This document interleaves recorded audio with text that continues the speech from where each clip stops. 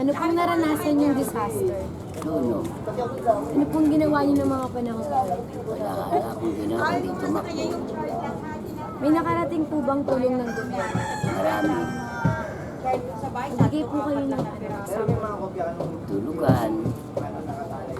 Humot. Pagkain. Marami. sa tingin niyo po, mahirap bang, nasa pamantayan po ba kung mahirap ka para maapektuhan ng Ay, hindi naman. Pare-pareho lang. mga, ano pong ginawa niyong paraan? Tapos po kayong makaranas ng disaster. Nanahimik na ako. Wala akong nagawa. Kasi matanda na ako. Sa naranasan niyo pong disaster, naging traumatic po ba sa inyo yung pangyayari niyo? Ay, hindi. Maraming salamat po sa oras niyo po. Oo.